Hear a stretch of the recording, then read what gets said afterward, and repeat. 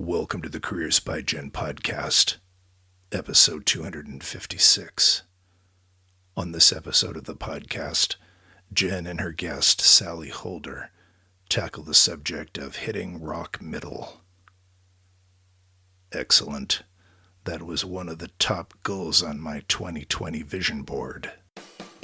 You're listening to the Careers by Jenn podcast. I'm your host, Jenn Swanson. This is the podcast that helps you to get the job, love your work, and advance your career. Careers by Jenn is a listener-sponsored podcast, and if you like the content, please consider supporting the show as a patron. You can do so for as little as $1 a month. Head over to careersbyjen.com and click on support to learn more. Hey everyone, welcome to episode 256. You've heard the expression rock bottom, right? I have learned that it comes from the recovery movement, and it means there is no lower that you can go. You've lost everything, and life can only go up from here, which is dramatic and hard, and it's fantastic and amazing when people can come back from being in that place. I think some of the wisest people I know are those who have. But then what is rock middle? What is that expression? Well, that's what I ask my guest today. Sallie Holder is an author of a best-selling book called Hitting Rock Middle, the roadmap from empty success to true fulfillment. She's a podcast host. She's the founder of The Brim that she will tell you about. She is a coach, a speaker, a trainer, and she spent more than 15 years helping businesses, entrepreneurs, and employees identify what's getting in their way and then helping them to break down the barriers to success. Sallie's got a degree in human and organizational development from Vanderbilt University, and then she went on and earned a law degree and practiced for 10 years in labor and employment law. And she worked for companies, advising companies like FedEx and Michelin. She's got a lot of experience, and I'm very excited to be able to share her wisdom with you today. So my guest, Sallie Holder, and I hope you enjoy this show.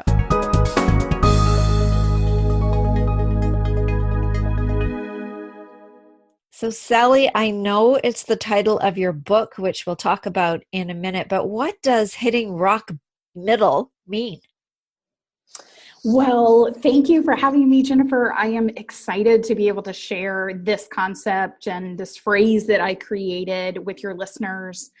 Hitting rock middle to me means that you have experienced external success. So many of the markers that are valued by, the world outside, and that, you are achieving, but that there is a disconnect between that level of achievement outside and how you feel on the inside, so that internally you don't feel the level of fulfillment and genuine contentment that you expected that would come with that external success.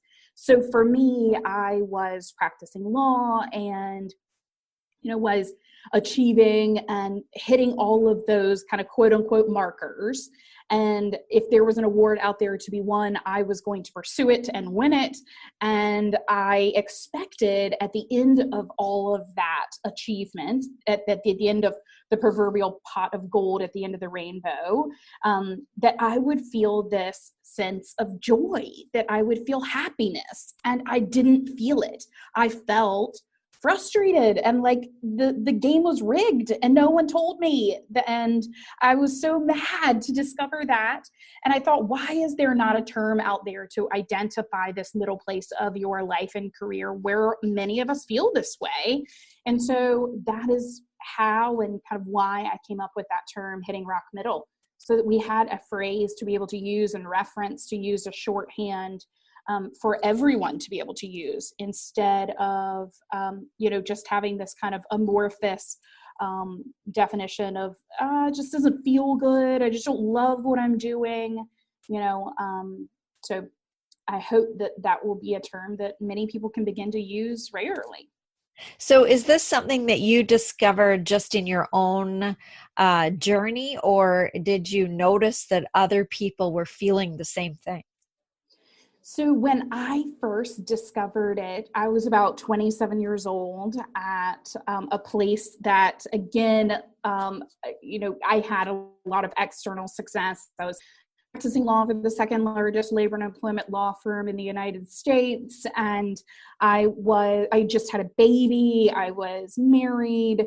I felt like I should be really happy, and I thought, gosh, I must be the only human on the planet, like we all do, only human on the planet that doesn't find all of this joyful.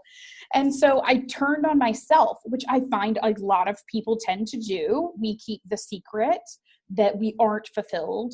And we keep that to ourselves because we believe there's something wrong with us.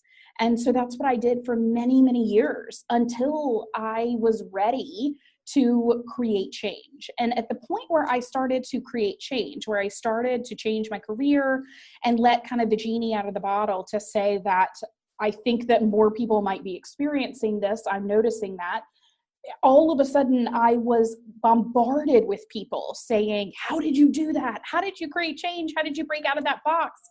And I was like thinking to myself, where have you guys been for the last 8 years while I was struggling and miserable? And now I know quite well that they were there all along. I just wasn't talking about it. And for me, again, it was because there was no terminology around So was it scary? it.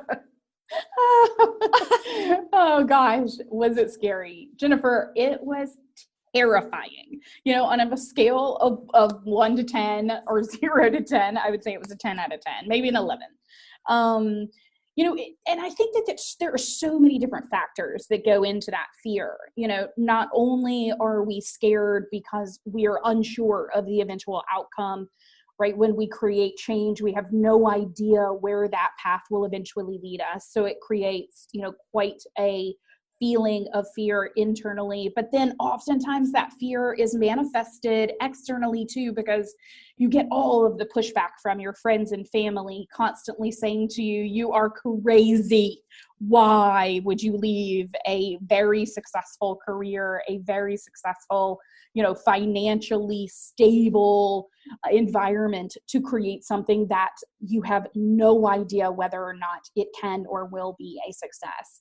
And to me, what I ultimately realized was the pain of staying where I was too great. And eventually the pain of staying the same wasn't as, the pain of staying the same just was so great that I was willing to take the chance on the pain of change. And so when that seesaw began to swing in the other direction, and I saw the potential pain of change not being as scary anymore, and realizing the pain of staying where I was far greater, then I made the change. I decided I'm willing to risk it. I can't stay where I am anymore. And I put on my big girl panties and decided to go and run with it. Well, and it comes to a point when you're asking yourself, maybe, who am I serving by staying? Oh, what a good point. So true. And who am I serving? It did become abundantly clear. And obviously now, years past that point, now that I've developed a successful company, it's much easier to reflect back and know that I was serving people outside myself and valuing other people's opinions over my own for so long. And it never served me to value other people's opinions over my own. My voice, my internal authentic voice was telling me long before I took action that I needed to do something different. And today I would say to that same woman back then, oh gosh, make the change earlier and do it as soon as you hear the voice, and don't wait as long as you think you need, because the voice within you saying create change is the right voice to listen to, not the one outside yourself. Right, but it's full of risk and it's full of uncertainty, and sometimes it's a lot more effort than just staying the course and going with the flow. But then we end up with people who are dissatisfied, who are, there's not much joy left in life if you're plodding along doing a job, regardless of what that is. Oh, so true. I think that, you know, I'm always about being ambitious, right? So I think that if more people can begin using the term hitting rock middle and more people can acknowledge the existence of it, we can have an overall happier world.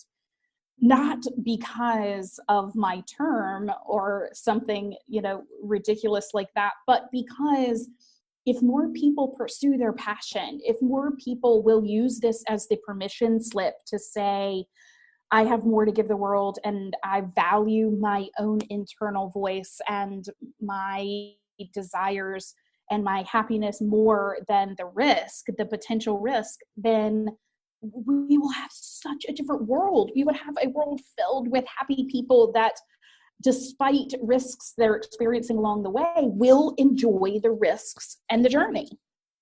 So where does purpose come into it? Well, I think that I always say that we have these gifts that we have been given, whatever it is that you believe, but a higher power, a great being, God, whatever you call it, is, that we were bestowed with some very natural gifts that are unique to us, that are unique to the individuals that you are. And it's up to us along the way to figure out what those are. And to me, I go through, whenever I'm coaching clients, the process of talking about their lives from the very beginning, because I think that oftentimes they can discover their purpose by thinking back to the time of who they were before the world told them who they should be. And so when they look back on their childhood, when they look back on their, authentic selves before they kind of molded to what the world said that they needed to be, then they come up with all of these inventive, creative ideas of where they wanted to go. And very often that ties into this kind of underlying desire that they still have today that hasn't maybe been acted upon. And there is generally a sense of purpose that comes out of that discussion, so that they're able to see, maybe as a child, they were quite creative. And as they grew into, adulthood, they always pursued, some artistic classes on the side. And they have this entrepreneurial bent, but they've never actually utilized all of that to create the artistic business that they're capable of having. And so there's this beautiful thread that I think always exists within all of us that leads us to our purpose, and we just need to go through our lives to be able to discover what it is and then act upon it. So if someone's listening to this right now and realizes that phrase hitting rock middle is apt and is resonating with them, what would a first step be for somebody who is maybe not really thought about why they're so discontented? What would a first step be for someone? My favorite first step is to, instead of imagining, what your 1-year goal is and something, so tactical like that, I say wipe away all the tactics, all of the have-tos or how-tos, and define, a destination. I usually say doing this by answering one very specific pointed question, which is, at the end of this one wild and crazy life and ride that we have, who is it that you want to become? Who is it that you want to have left the world remembering the person that you were? And what has that person done? Right? And very oftentimes I find that, and I'll say it to a client like this Jennifer, let's say that I see you in the grocery store. Now, why it's the grocery store, I have no idea, but in the market, whatever. Yes. I just imagine this place where we happen to run into one another. And so I run into you and I say, oh, congratulations. You have become everything in your life you ever wanted to be. Who are you? You know, are you the woman or the person that has, you know, a backpack on and you are traveling to your next destination? Are you a person that has sold a multi-million-dollar company? Are you a person that has supported other people to sell their multi-million-dollar company? Or do you have a yoga mat on because you are on your way to a class because, you know, you no longer work? I mean, what is it that you have done and accomplished? And work your way backwards from that place. Because what I find is that we are so wrapped up in the tactical, we're so wrapped up in the how-to, that we begin from where we are right now. And we say, well, I lack the skills, I lack the talent, or I lack the expertise to get to the place that I want to be, so therefore I'm not going to try. And what I say is you shouldn't know how. You're not required. And if you do, then you're doing something you've already done before. And so I like this question because it eliminates the thought process that they need to have all of these things in place. And it drops you in a point in time where you hopefully are so far ahead of where you are today that you're not preoccupied by what step 1 or step 2 might be. You're just dropped into that moment and you know who you want to become. I think deep down we all do. And when you work your way backwards from that place to where you are today, you will very quickly know whether or not you're on the journey that takes you there or not. So it involves some self-reflection and some time to do that, which some of us have lots of time right now. Others of us don't because we're working flat out.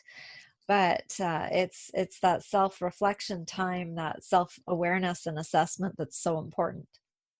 It is so true. And then I get pushback from people who say, oh, that sounds great, but I just don't have the time. I'll do that one day. And what I pose to people is, you know, if I were to tell you in 2 years that everything you're doing today needs to be unwound simply because it didn't lead you closer to that destination, would you have wished you had started earlier? And the answer to that is almost always yes. So if you don't know today whether or not the actions you're taking will lead you to that destination, or whether or not there are things that might have to be unwound, how can you not make the time, right? We all have the same 24 hours in a day. So prioritize yourself and your future. Give it 1 hour. And we all have 1 hour's worth of time to set aside. And if you don't have an hour, do 30 minutes. Right? To write out simply, and maybe you do this in progressive steps where you just write out what that future is and you ponder on it for several days. Leave it in the back of your head and then move forward with your day-to-day schedule, but come back to it. And then ask yourself a deeper question to say, okay, well, if that's my destination, does my current journey take me there? Right. And if I had done that, I probably never would have practiced law, or at least I would have done it much shorter time span than I did. Right. I wouldn't have practiced for 10 years, knowing that everything I was doing on a daily basis wasn't going to take me closer to my destination. And that's what I want people to know is, you know, there's no time like the present, and no other day beyond today is guaranteed. So why not give yourself the gift of the ability to know that you're moving closer to your greatest potential?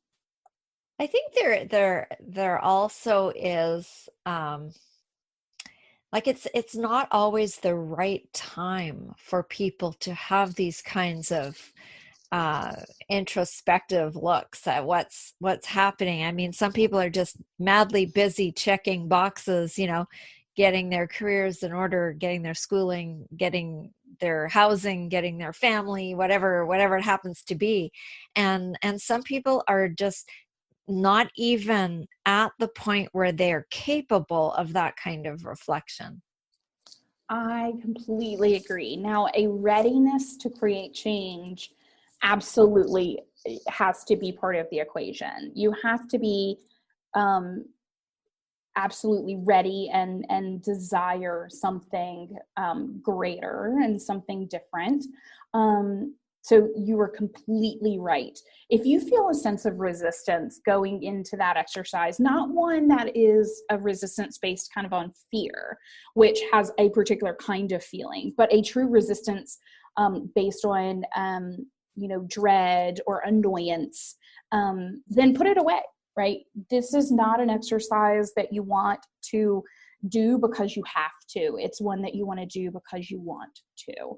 And I wholeheartedly agree with what you're saying. It took me a long time to get into the mental space, to be ready to, open my eyes to that, to be ready to see new opportunities. And I couldn't see them not until the exact moment when I was ready. Yeah, I kind of wonder if we're doing a disservice to kids. And I've thought about this a lot. We have our youngest graduating from high school. This supposed to be having a prom and everything, and that's not happening, but graduating this year, and the rest of them well and truly launched. I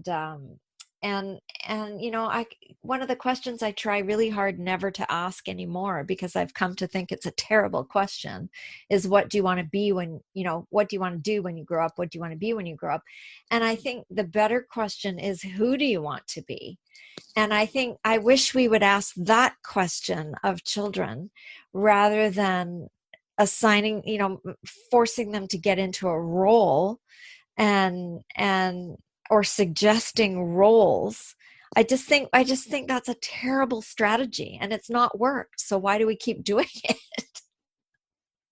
I don't know. Oh my gosh, I couldn't agree with you more. I have said that numerous times to people, and I do think that some people look at me like I'm a crazy person, but I felt so boxed in by the suggestion that I should practice law. And it's so funny to me, because we make all of these suggestions on what people ought to do or what they may be good at based on complete misinformation, right? Oh, you're great at arguing, so therefore you should practice law. Really? That has absolutely nothing to do with it. Nothing. Only on TV. Only on TV, right? I can't tell you how many people tell me that. And I say, honestly, you would be well equipped to practice law if you were very good at reading and writing and being alone. Because that was the predominant experience, was sitting in a room by myself, researching and writing briefs. And not saying all practices of law are like that. I was a litigator, but a tremendous amount of it does involve paper pushing and producing, documents and whatnot. So that's just one silly example, though, of how we base a lot of that on misinformation. And I completely agree with you. It should be based on who you want to become, because then it's much more attached to the true altruistic feelings of, I want to feel content. Who I want to become is happy. And so that we let go of the titles. We let go of the title of being, doctor, lawyer, pharmacist, whatever it may be, that don't matter at all along the way. And you're much more quickly to let go of those if they don't allow you to become who you want to become. Lawyer didn't make me happy. It's incongruous with who I want to become. Therefore, let go of the title. However, letting go of the title is very difficult in an externally focused world that is very attached to what you do. And when that's the only question asked and you don't have an answer, failure begins to fill your brain and your mindset, it's so not true. And I kind of think it's quite a North American thing, because I was somewhere, I can't even remember where I was. I was waiting for a plane, and I had a conversation with a woman from France, and she was talking about her adult son. And I said, as we do, "Oh, what does he do?" And she got this sort of tired, pained look on her face. And she said, "And where I come from, that's an extremely rude question." And I said, "Oh, like I had no idea." And because we're so used to the first thing in a mixer is, what do you do? Right? That's like we judge each other by what our roles are. And so she explained that, the question is, what do you like, what do you enjoy doing, would be a better, more polite question. Or what kinds of things does your son uh, enjoy doing for fun, or something. Like, there's this, it's much more about who you are than what roles you play. And I thought, oh, that's so amazing. And why are we so attached? And I've been to some of those horrible networking things at conferences and different things where that's the question. Like, people want to know what it is you do for your money, rather than where your passion and your purpose is. And maybe they are connected and maybe they're not. So true. We want to put people into a box so that we know how to deal with them, so that we can sift and sort through the people that we need and be able to eliminate those that we don't need, and, sort those that we do need for our survival, quote unquote, into another box. And I completely agree with you that when we value lifestyle just as much as we value income, then we can begin to prioritize who we want to become. My coaching community, I spend a lot of time encouraging clients and entrepreneurs to talk through their lifestyle goals as well as their income goals. And creating those is just as valuable as the other. Yeah. So you wrote a book about this. Can you tell me what inspired you to put pen to paper or fingers to keyboard and get a book out there? What motivated you to do that? Well, when I was really struggling with creating the career change that I wanted to make, and really the entire lifestyle change that I wanted to make, I kept running into a roadblock along the way. If there was a professional out there to pay, I was going to pay them.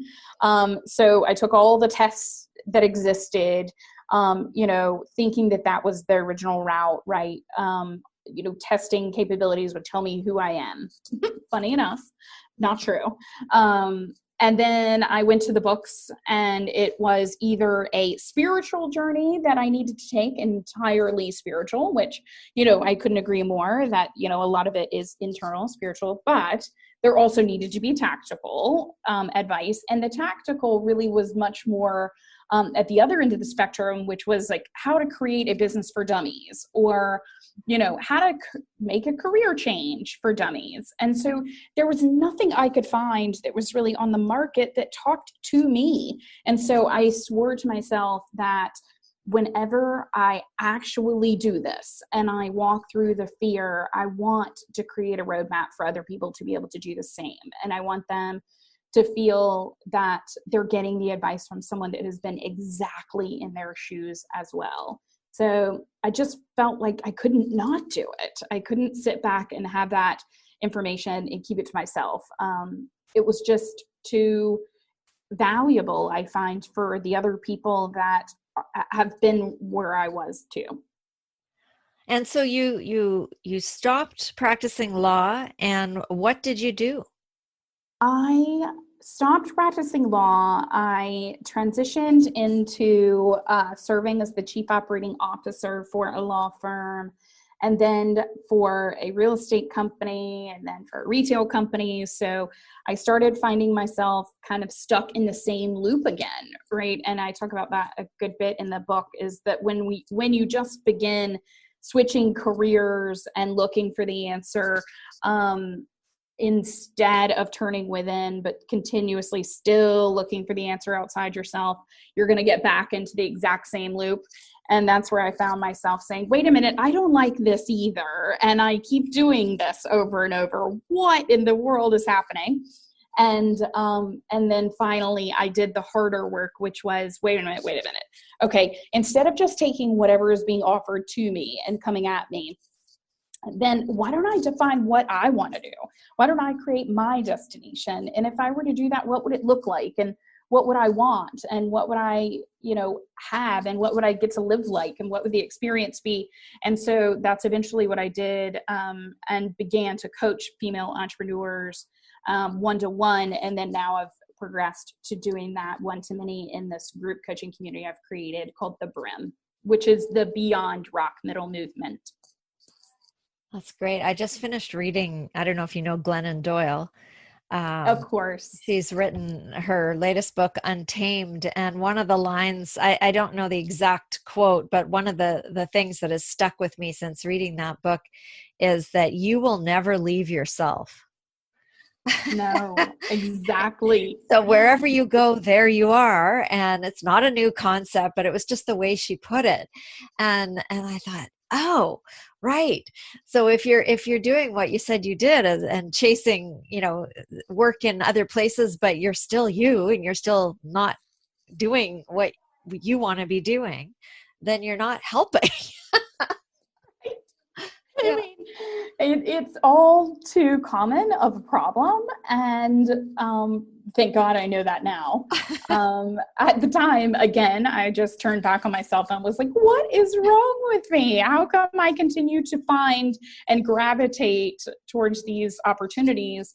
And it was because they were always the safer one, right? I was still always taking the safer opportunity that was slightly below my potential. And I think had I been totally honest with myself at that time, I would have known that. And I think subconsciously I did, but I wasn't quite bold enough at the time to go all the way in on entrepreneurship. So, I don't have any regret about that at all. I do believe that the path where we've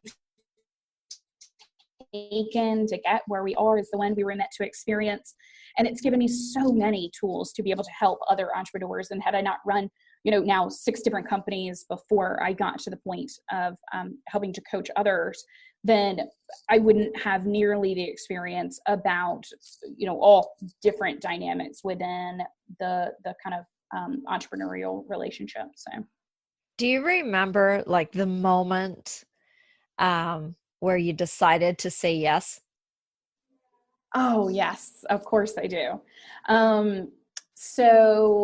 There were really 2 different yeses, but the main one, I was sitting in a conference. I was listening to one of my favorite authors, Shirzad Chamine. And are you familiar with that book called Positive Intelligence? No. Great book. He is an amazing scientist, and he was in the room with us, taking us through his assessment of positive intelligence and our kind of baseline level of what positive intelligence means. And I got a call from a client, and this client was arguing with me over his bill. And this was my first kind of foray into the professional development land. And it felt, pretty courageous to even attend this event with Shirzad.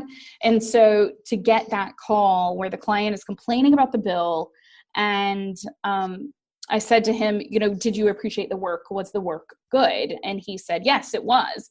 And I said, so essentially you just don't want to pay the bill, but the outcome was good. The work was good. You just don't want to pay the bill. And his answer was yes. And I will never forget sitting there and thinking, this is a pivotal moment. I can either continue to argue with him about something that feels completely like a waste of my life, or I can go back and begin to work on my future. And that's what I did. I just said, great, we'll cut the bill. Thank you. Goodbye.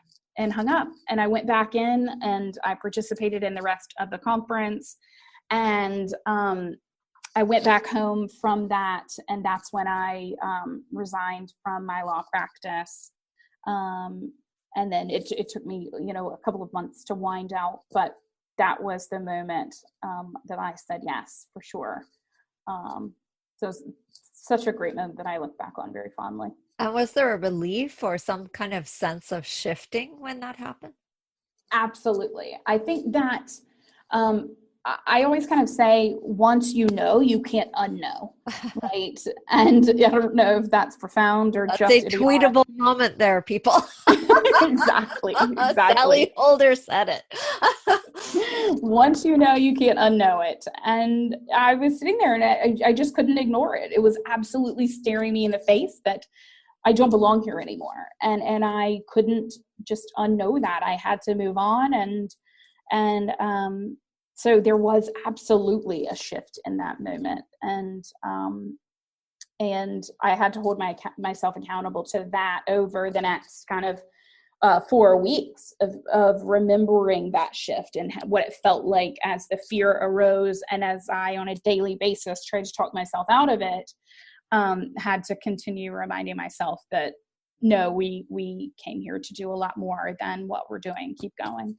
Right. It's getting yourself out of the way because, the brain wants to keep you safe. Exactly. That's its job. It is. It says, run. No, don't do that. You're going to die. That's right. Go back to where you were. I love to tell my students and clients, don't believe everything you think. Oh, what a good one. Yeah. I always say, me on me is never good. So if I am in, and me in my head alone is like a person in a bad neighborhood, you want to get out of there as fast as possible. So yes, don't leave me alone with my thoughts ever. It is not a good place to be. So if people want to find you, Sallie, where can they find you? So my website is sallieholder.com. That's spelled a little uniquely in that it is SALLIEHOLDER, sallieholder.com. And then, of course, on Instagram, it's the social media channel I use the most, and that's just at Sallie Holder as well. So go on my website and take the Rock Middle quiz and see if you are in Rock Middle. It will give you a great answer and some suggestions on first steps as well. Of course, some free information from there too. Fabulous. And if you have one last piece of advice for the Careers by Jenn listener, what would it be? My one last piece of advice is that you are far stronger and far more courageous than you give yourself credit for. So in order to give yourself that credit, you have to begin celebrating your own successes. So if you can see the amount of success that you have achieved in just even a couple of days, imagine weeks, imagine months, then you will begin to realize that you can create whatever future it is that you would like. So start writing those successes that you're experiencing on a daily basis down today, no matter how small they are, right? Even if it is, I experienced a success out of quarantine because I showered. That to me is a success. Right. No, but posting consistently on your Instagram, that's a success, right? Staying engaged in your community right now, your business community, that's a success. Continue to pay attention to those, and they will mount up to show you that whatever it is that you want to create in your life, you're capable of doing that too. Beautiful. Thank you, Sallie. It's been a pleasure talking to you, and I look forward to following your future success. Thank you, Jennifer. I really appreciate it. It's been an honor. You've been listening to Careers by Jenn with Jenn Swanson. If you like what you heard, please share this. If every single person listening today shared this episode with just one friend, our audience would be twice as big just like that. And the more people we can help with our content, the better. So help out a friend and help grow our audience by sharing this show with someone you know who would benefit from the content. If you haven't subscribed yet, please do that, and together we can make a difference. Until next time, take good care.